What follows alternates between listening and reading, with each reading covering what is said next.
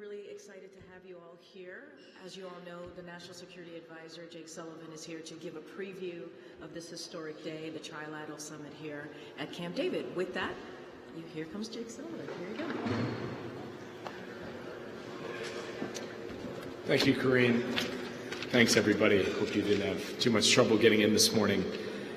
It's really great to be here at Camp David. And today, President Biden will host Prime Minister Kishida of Japan and President Yoon of the Republic of Korea for a historic trilateral summit. The summit marks the first visit here to Camp David by a foreign leader, and in this case it will be two foreign leaders in the Biden administration. It's actually the first foreign leader visit to Camp David since 2015.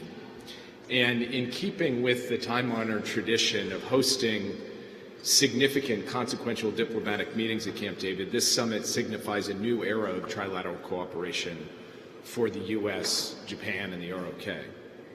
In many ways, the summit has been in the making since the day that President Biden took office.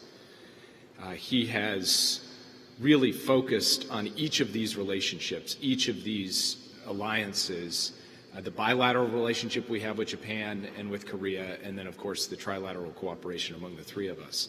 In fact, his first two foreign leader visits to the White House back in 2021 were Japan and the ROK. And his first two stops on his first foreign trip to Asia were Japan and the ROK. So President Biden has really worked to strengthen and modernize our bilateral alliances and to take them to new heights. And I think it would be fair to say that these alliances are stronger than they have been at any point in modern memory.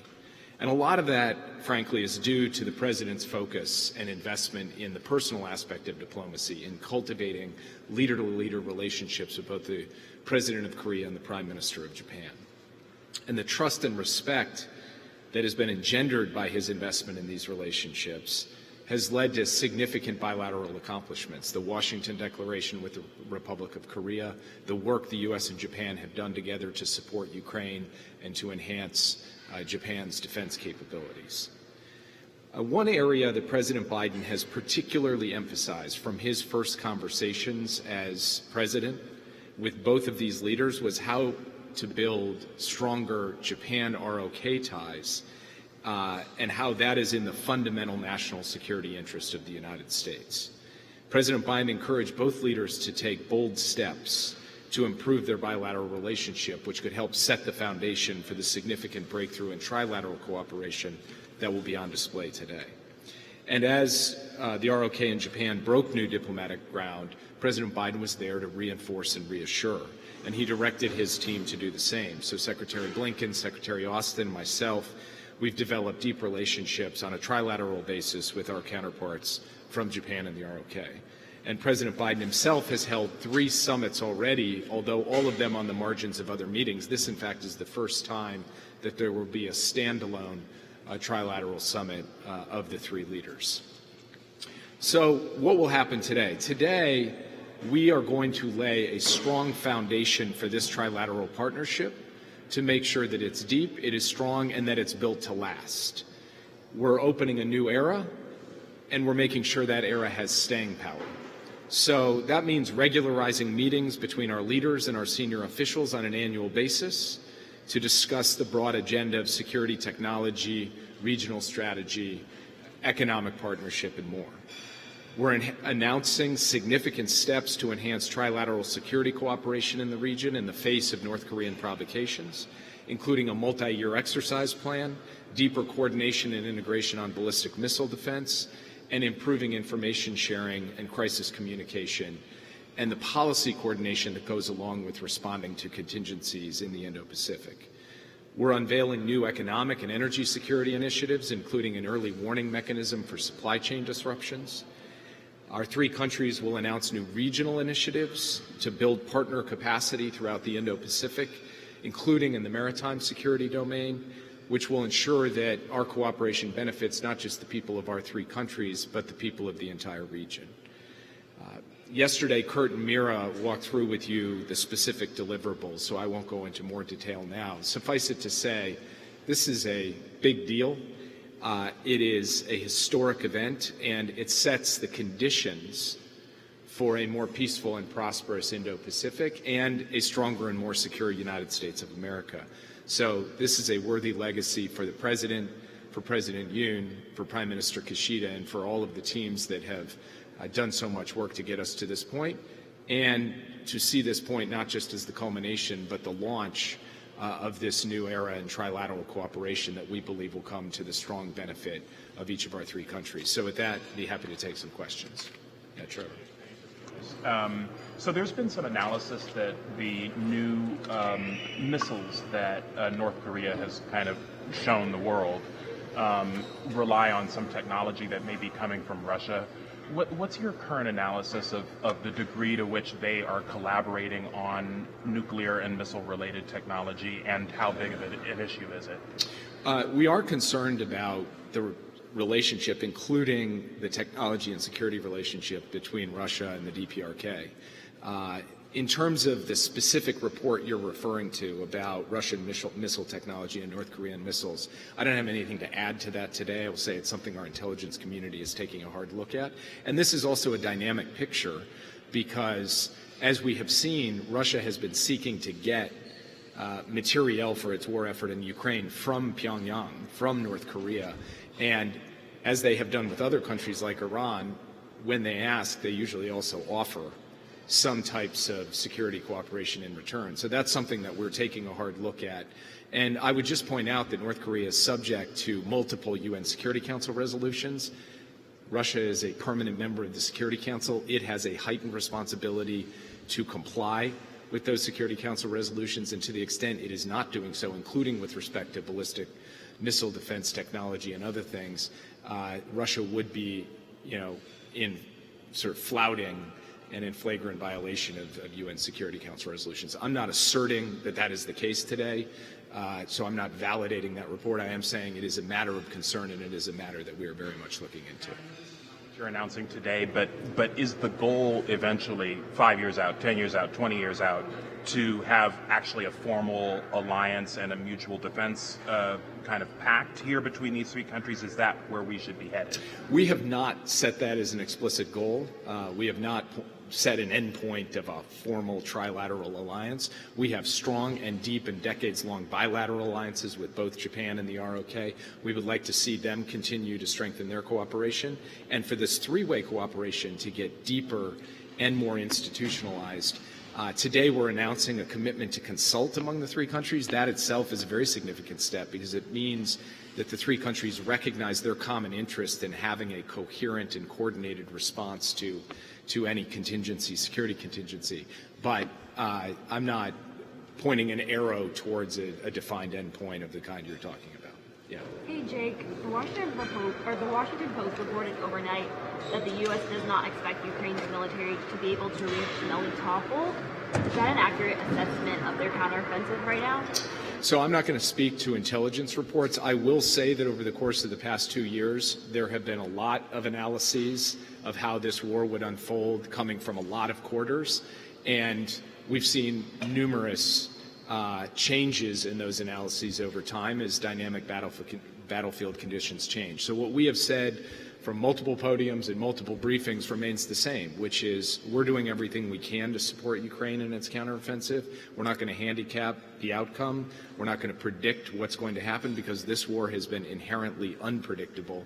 And that's all I can say today, other than I believe and have confidence in the capacity and especially the bravery of the Ukrainian fighters to continue to make progress on the battlefield. The F-16 transfer? Back at the G7 in Hiroshima, President Biden indicated both to his colleagues, his allies, and to the world that he would support an effort to train Ukrainian pilots on F-16s. What we did this week is formalize through a letter from Secretary Blinken to his counterparts in Europe that upon the completion of that training, the United States would be prepared in consultation with Congress to approve third-party transfer of F-16 aircraft to Ukraine. That is the natural extension of what the President announced in Hiroshima. There have, for reasons I don't fully understand, been questions about whether we were actually going to do that. So to put all of those questions to rest, that in fact the training will be followed by the transfer as we work with Congress to effectuate that and with our allies. We underlined, underscored, and put an exclamation point on that this week. Yeah. Yeah. Officials have said there have been efforts to make it difficult to backtrack from the commitments made today during future administrations here in South Korea and Japan. Can you just expand on the staying power you described earlier and what assurances this trilateral alliance can take away that the work of the summit will last beyond these administrations? I'd answer that in three ways. First, in terms of the actual mechanisms of collaboration. So the three countries are putting pen to paper to say we will meet annually at leader level and at every significant level of our government. And the work between those meetings will set up further substantive progress.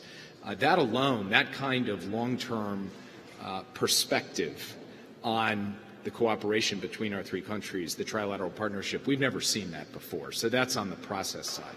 Second, you can see in specific outcomes of today that same multi-year perspective. So, for example, we've had one-off exercises in the past, particularly in response to DPRK provocations. What the leaders will commit to today is a multi-year planning process for the military exercises in all domains, air, land, sea, undersea, cyber, etc. And that means that you will start to see a kind of momentum and inertia built into the planning processes of our three national security establishments, with a horizon that extends not just a year out or 3 years out, but quite extensively. And then finally, the sheer breadth of the commitments being made today and the ways in which these commitments will stitch together our systems across economics, technology, people-to-people, regional cooperation, the traditional security domain, mean that we believe that today is going to establish the kind of foundation that will make this trilateral partnership built to last. Of course, every leader is going to have to make decisions, but the architecture, the framework, the structure that's being put in place now, from our perspective, has a tailwind behind it that will propel it forward and be very difficult to knock off course. Yeah. Republicans in the House Oversight Committee are currently investigating the Biden family's ties to foreign entities. They have specifically pointed to Hunter Biden's financial ties with China. Does the administration view this investigation as legitimate? And is the administration concerned that Hunter Biden's ties to China pose a national security issue? I don't have any comment on that. Yeah. Could you clarify if the U.S. has authorized the transfer of the F-16 syllabus materials to the European partners? I'm sorry?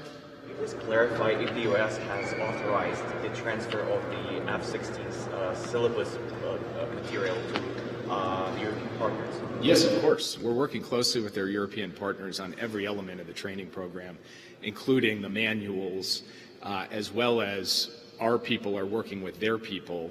Our trainers are working with their trainers. So there's a full integration of the effort at this point. Does the U.S. consider extending the NATO invitation to Ukraine that would potentially exclude the territory that are not under Kiev's control? Right now, we have not gone further than what is stated in the Vilnius document. And the Vilnius document is what governs NATO's attitude toward and approach to Ukraine's eventual membership in NATO and the invitation that we've made. Updates on Chinese hackers who breached the U.S. federal network and high-level officials such as the Secretary of Commerce. I don't have an update for you today. Yep, last one. Thank you. China has been critical of this trilateral meeting.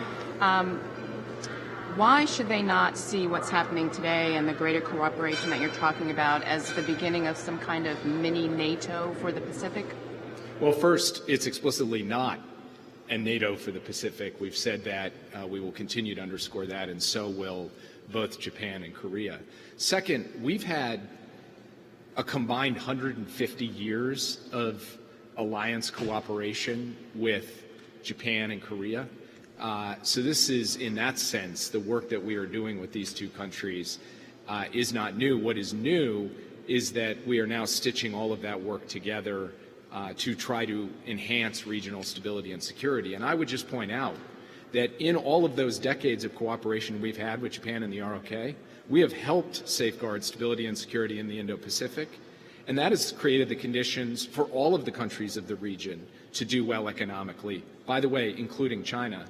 And then finally, I would just underscore that this summit today, this partnership, is not against anyone. It is for something.